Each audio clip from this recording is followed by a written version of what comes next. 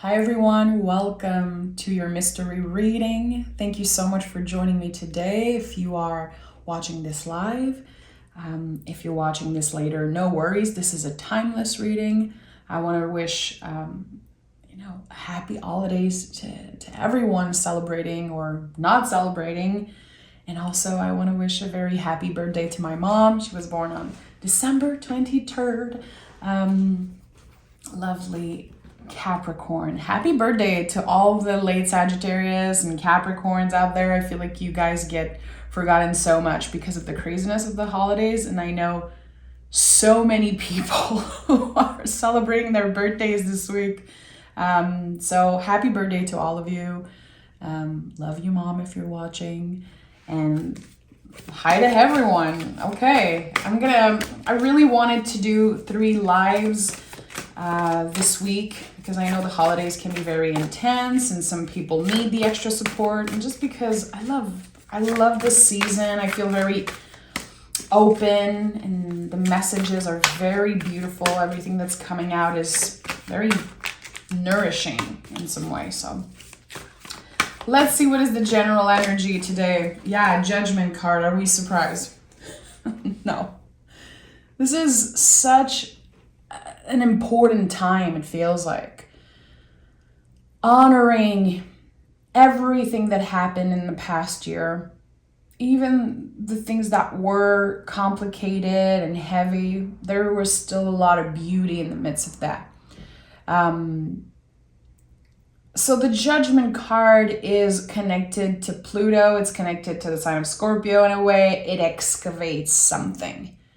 It brings up something that can be very emotional, very challenging, but it's always for your greater good. That's what I love the most about this card, is that there is a change of direction. Again, there's something that's coming up to the surface, but it helps us grow. It helps us see more clearly.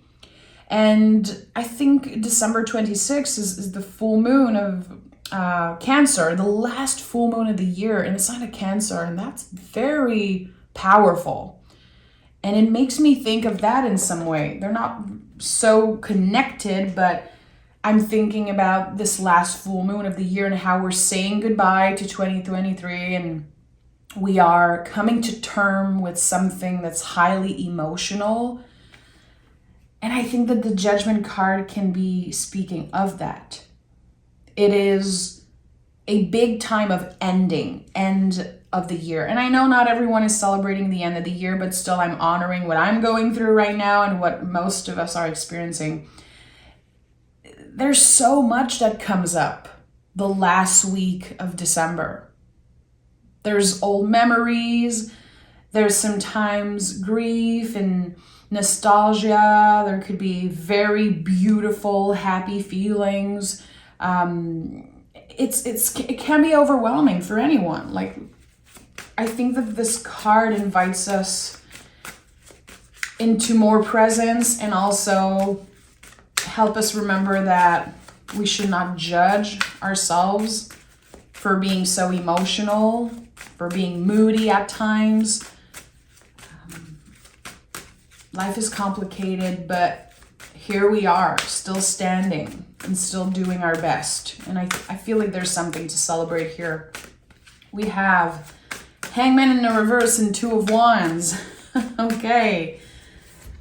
That starts kind of, that's kind of an intense start to this reading.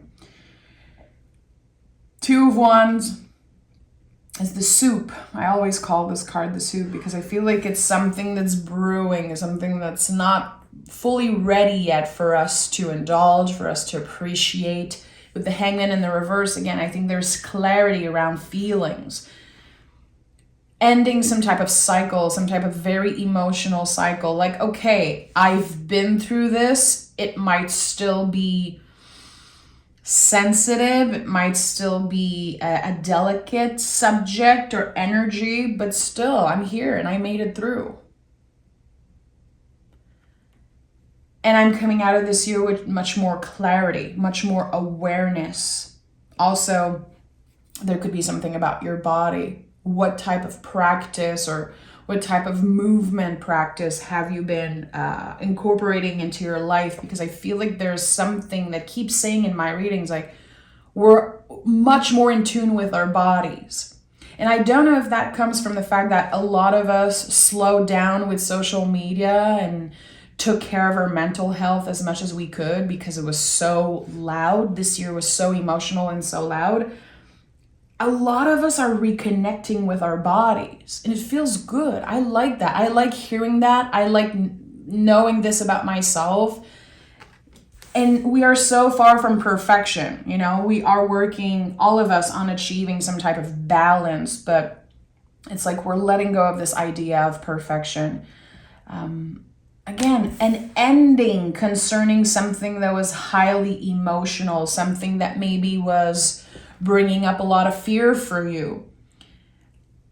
The word of the moment is surrender. And I think the Hangman in the reverse really confirms that for me, and maybe for a lot of you. Two of Wands, I used to associate a lot with twin flame energy. I just want to say a little word about that because I know a lot of people are dealing still with that very intense energy, but however you want to call it, twin flame, soulmate, lover, whatever it is for you.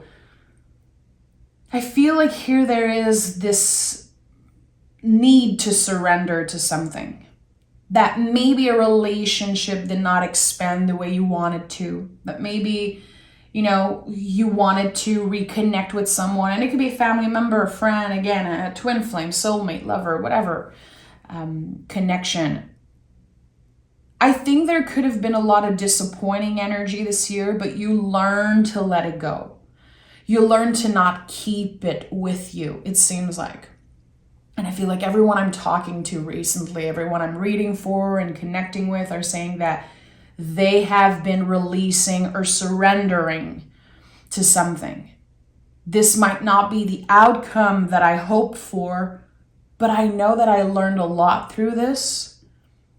I'm not giving up on myself, and I'm not giving up hope, which there's so much beauty in that.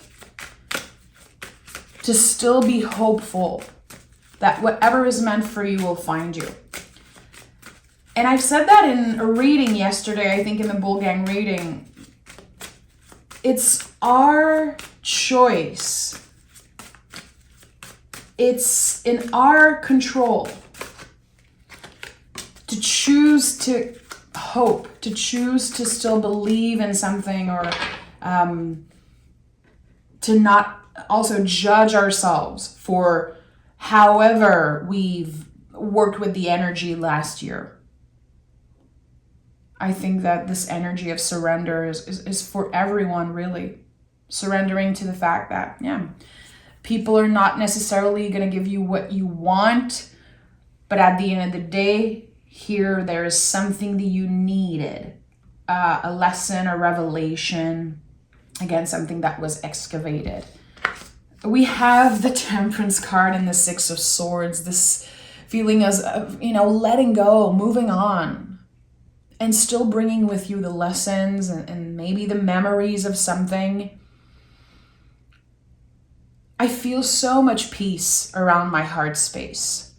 And I've noticed recently that I'm very emotional, like picking cards and connecting to certain energy. And Six of Swords has been just so emotional for some reason. I literally have tears in my eyes picking this card because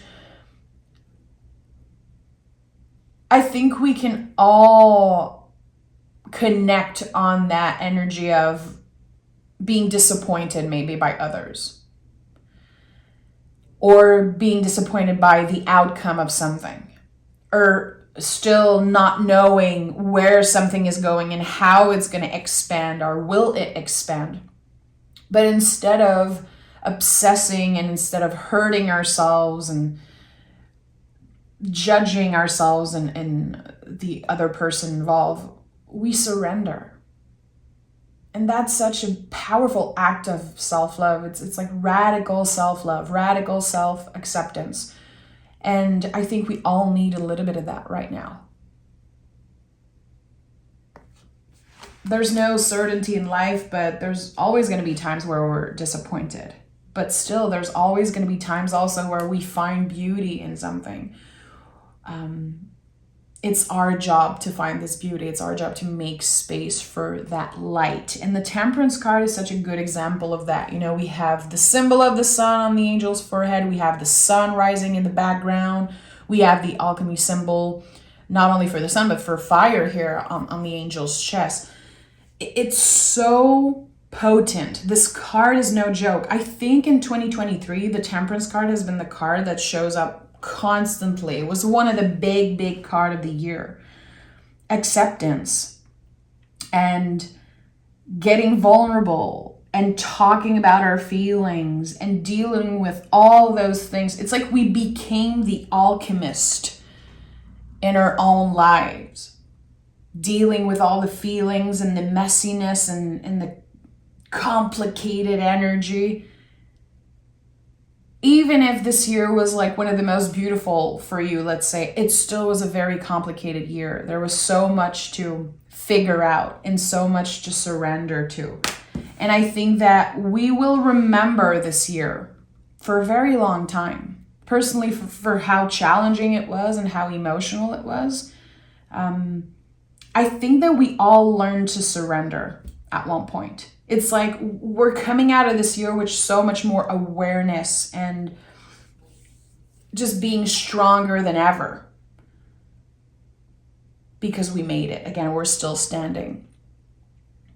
And if you think about just for 2 seconds, you know, how lucky we are to be here, how lucky we are to have time to share the readings and the messages and connect together as a community. That's luxury, my friend, because some people would give everything to have 2 minutes, you know, a 2-minute break.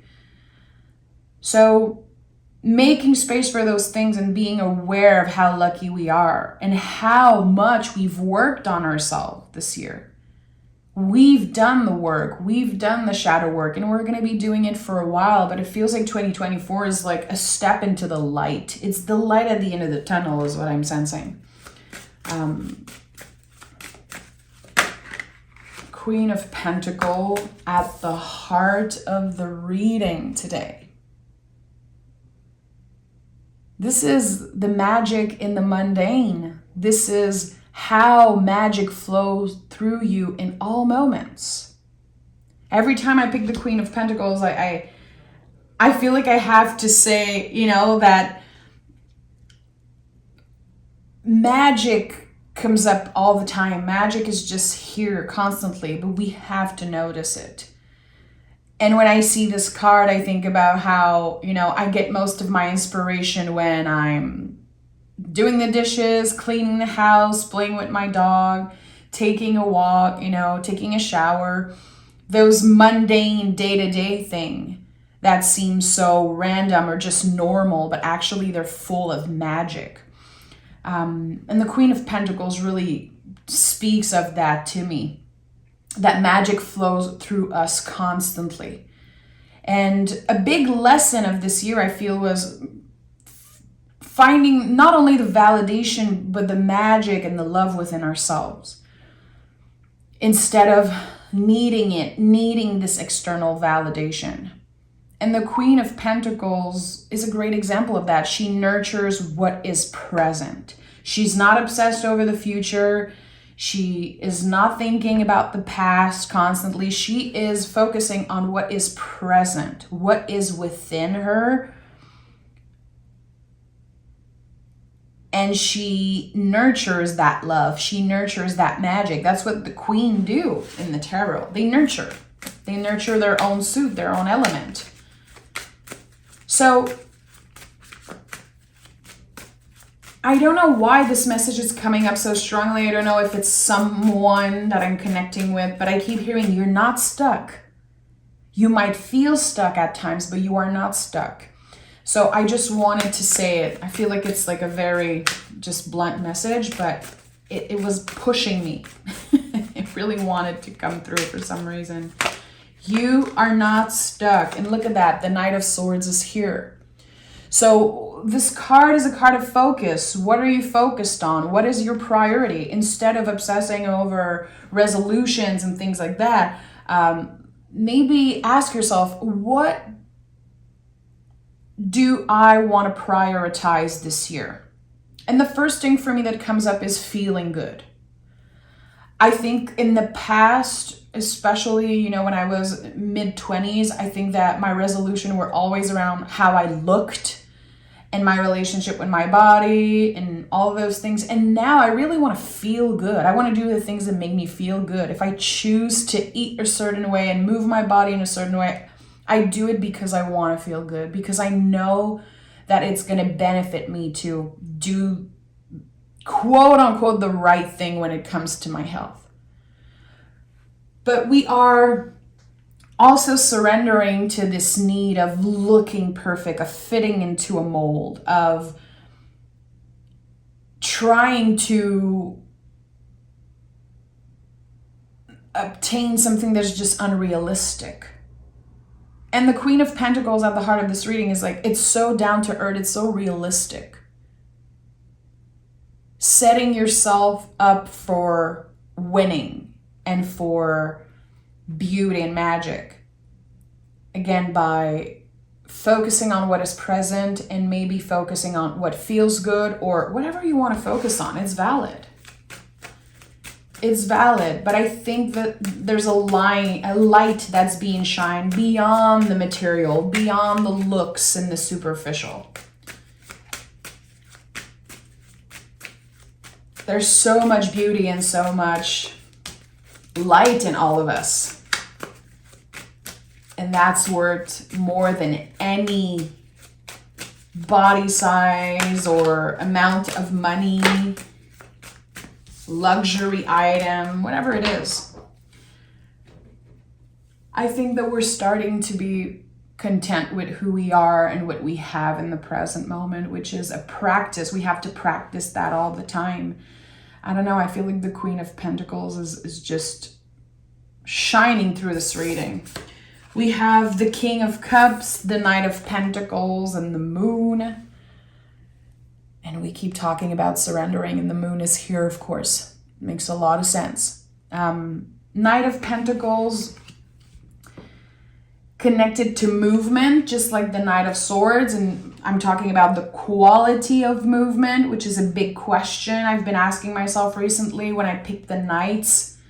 It's one thing to move in the world in a certain way, but what's the quality of that movement? And also, when it comes to moving your body and training and wanting to feel good, sometimes we're hurting ourselves more than we are helping. When we just, again, obsess over the looks. There's something here that's inviting us to move slowly, to stretch instead of burning ourselves out, and just to breathe in a certain way with more awareness. Knight of Pentacles is so careful, really in tune with the body and how certain body parts or certain things on or in your body are needing more tending or needing more care in a way. And it's so far from obsession. It's just this very balanced, in tune, receptive energy. Okay, I'm feeling like shit today. I might need more sleep. How much water am I drinking? Am I in need to go for a walk? And do I need a little bit of vitamin D? Do I need to take a day off from my phone, take a day off from whatever today? It's a very aware energy, noticing. And when you learn to notice things like that in your own body, I feel like you get much more in tune with the world around you, and it becomes so much easier to listen also. It's like we've been practicing listening. And this is something in my own spiritual practice that has been like probably on top of the list this year. I've talked about it in probably hundreds of readings, but are we listening? and the quality of communication. You know, I've spoken about the quality of movement, but the quality of communication.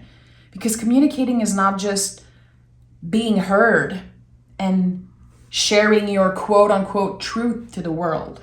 Communication is a two-way street. It's an infinity loop. It's always about how are you listening and what is the quality of what you choose to share in that moment. And King of Cups is very mature emotionally. There's this sense of I am listening truly, especially that it's coming up with the Moon card. And when I think about the water energy in the tarot, I always think about rivers and ocean and just this stillness sometimes.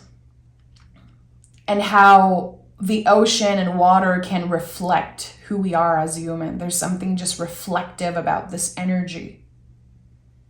And we learn a lot from listening. We learn so much about ourselves and about the people around us just by listening. And I think we can support more in that way. And I noticed that about myself, being a spiritual worker, and my voice is my tool when it comes to work, when I do personal reading, when I read for YouTube, or just when I communicate with people in general. I have a lot of things to say. I read a lot. I have so much knowledge and so much things I want to share, but I noticed that sometimes people were not asking for advice and I would just give advice. And this is something I started doing that really helped me this year. When someone reaches out to talk, I always ask, are you looking for advice or do you need me to listen right now? Because I can do that. And I think it's important. Now it's like becoming part of my boundaries in a sense, part of respecting my own boundaries. When I'm like, okay, I'm here to listen. Let me know if you want any advice, or are you just needing someone to listen? I think that it's important. And I love that, because sometimes also I'm going to call a friend to complain, or I'm going to reach out to a family member to talk, and I'm not looking for advice. I'm looking for someone to listen. So noticing in your connections, in your day-to-day communication, like how is the quality of you listening, of that communication? And sometimes it can piss you off because you can notice that others are not listening to you, but that's their own thing. They're not there yet, and that's okay. And we are inspiration in a way. Like anyone who I meet who is listening to me truly, I can feel that, and it inspires me also to treat other with more compassion and be more mindful, and to listen when I connect with them. So I think there's something important here about that. What do we have here? Emperor, High Priestess, and the Eight of Pentacles. It's going to take a lot of work to get to the space of, again, receptivity. Because look at that, High Priestess is here. She's all about listening. Everything I just talked about to me is High Priestess energy and Moon energy. But the Emperor is here wanting to take up space, wanting to share his truth, wanting to sometimes be the center of attention, be the boss. I love the Emperor, but sometimes this energy can get very overwhelming. We are allowed to take up space in the world, but still others also are allowed to take up space. And I think that's important. There's something about boundaries here also, a message that wants to come through for someone. Boundaries at work. How much are you sharing at work, or the people that you connect with or work with or see on a day-to-day? There is something here. You know, the high priestess is the secret garden also. There are things that are better left private. It's better that you keep those things for yourself. More awareness in the things that you share and the way that you speak, even if it's just sharing about your own experience, it's always an influence for other people. And the people that you love, don't talk about them when they're not there. I don't know why, but this is coming up very strongly. This is a rule that I have for myself, a rule that I created for myself a long time ago about my husband. And never, I choose, and this is my choice, I choose to never speak about him and about the things that we go through to other people, to complaining about it and things like that. I think that there are a lot of things that need to stay private, and privacy is beautiful. There's so much beauty when we don't just throw everything outside of ourselves constantly. And also sometimes, we're gonna complain to others, and we're kind of looking for that validation. And that's my question. It's like, when I complain about someone, either behind their back or just, addressing something, where does that come from? What am I looking for? Am I looking for validation? Am I looking just to get my ego running or decompress? I don't know. I think that there's still a lot that will be transforming in 2024 when it comes to our connections and what we share and what we keep private. And I feel like, especially in the last 10 years with social media, privacy has not been celebrated. We don't really talk about that. And I think there's something beautiful about keeping things for yourself and cultivating that secret garden of yours and giving yourself time to process something before sharing it. Or, as I mentioned many times before, why are we so obsessed with taking pictures of something and sharing it on social media all the time? And just asking yourself, just taking the time to pause, just like the Queen of Pentacles pausing what is here. Okay, why am I doing that? Is this for my ego? Am I really trying to share like this picture with family, to support family? Is this gonna do any good? Is this gonna make other people feel like you're so busy and you're doing a bunch of stuff and they're not doing anything? I think that sometimes we need to be more careful with that echo that we create just by showing up in the world. And again, especially sharing on social media, I feel like most of the time it comes from the ego. And when you really take the time to nurture something, to write something meaningful or share something meaningful, it just has a more positive impact. And I think that we all need that. So there's something that, again, there's some type of message that wanted to come through about that. For who it resonates, I don't know exactly what it means. I'm just honoring what comes through right now. Let's have fun. We're going to pick some card from the deck of Sacred Rhythms, the Oracle deck I co-created this year with my friends at Novelties of Naus, which was one of the big highlight of my year. And when I was journaling about that, about my year, my 2023 year, I was like, this is kind of on top of the list. I'm very happy with this tool that we created and the magical process of it all, and having people reach out and saying, I'm using it and I love it. And it's just so special that you have this piece of us with you all the time. It's very special. Okay. We're going to pick tarot cards also for the pull. What do we have? Oh, of course. Of course she's here. Radical self-love. Reject the impulse to compare. You are enough. Ground, nurture, and adjust. This is so connected to the Empress, to the Queen of Pentacles. So beautiful that this card came through, and just how beautiful this light catcher is. It's just breathtaking, really. So ground, nurture, and adjust. Again, there's this need to be present. And reject the impulse to compare. You are enough. I think this is such a good card for the holidays also, because we compare so much. I do this all the time. I compare to others who still celebrate like, you know, it was 1999, and there's so much things that I compare myself to. And this is something I'm trying to not do so much anymore. I think that comparing a little sometimes can be healthy, but you are enough.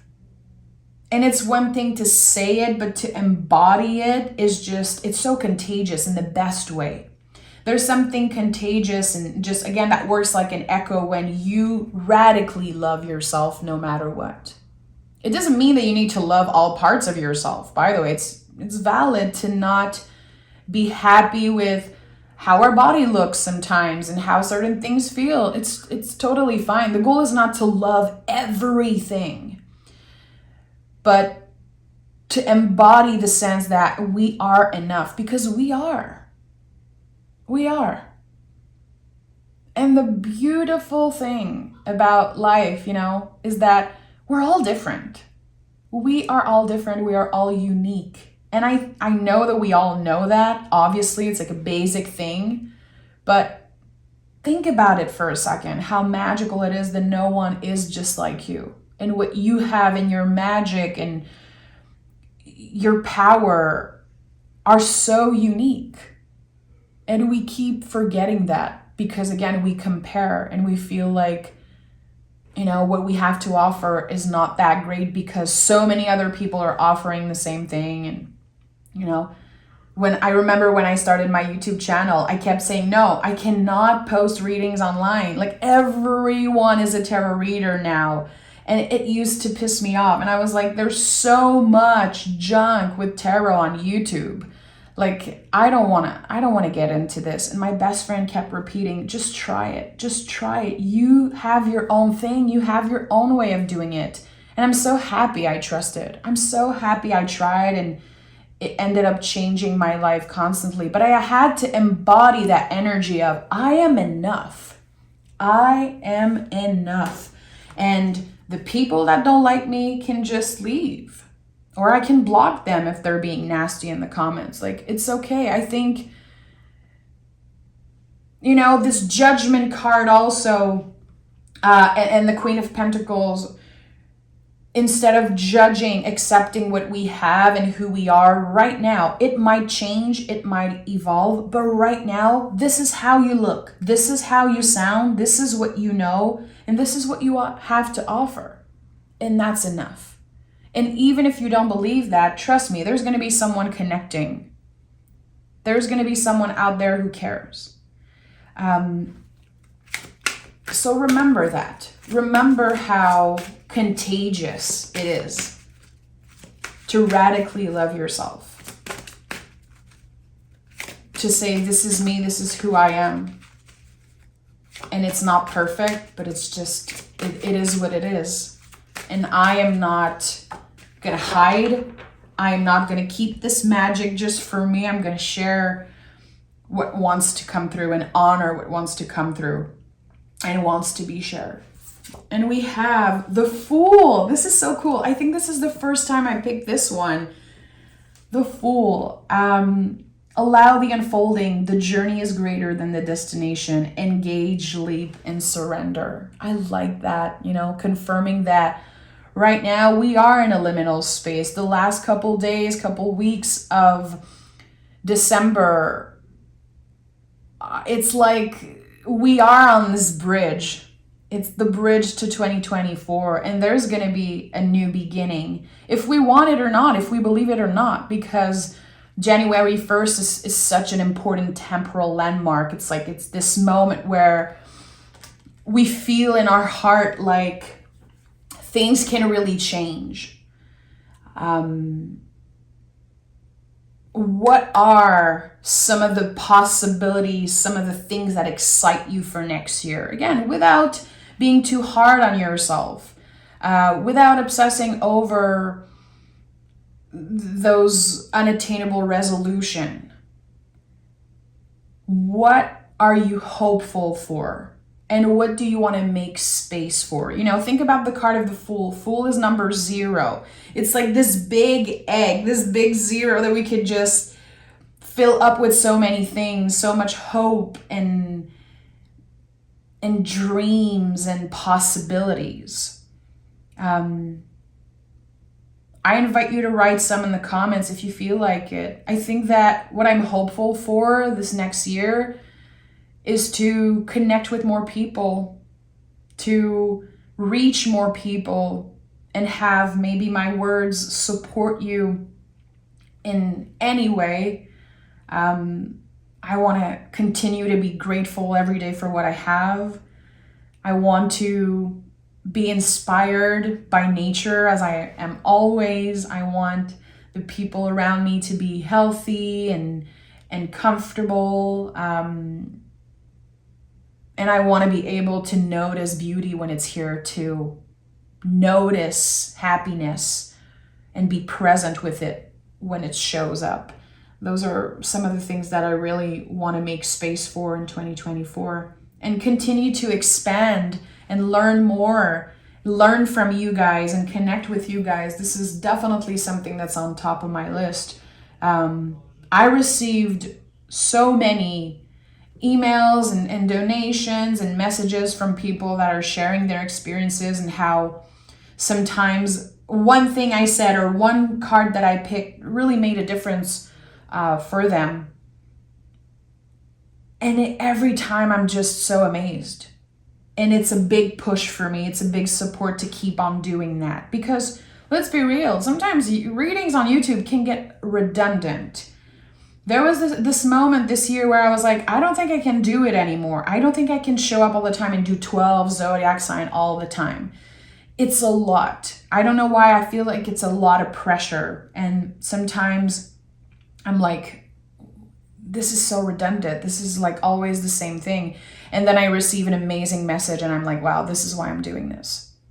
So the Fool card also makes me think of that, how we can follow our own rules and we can also break the rules.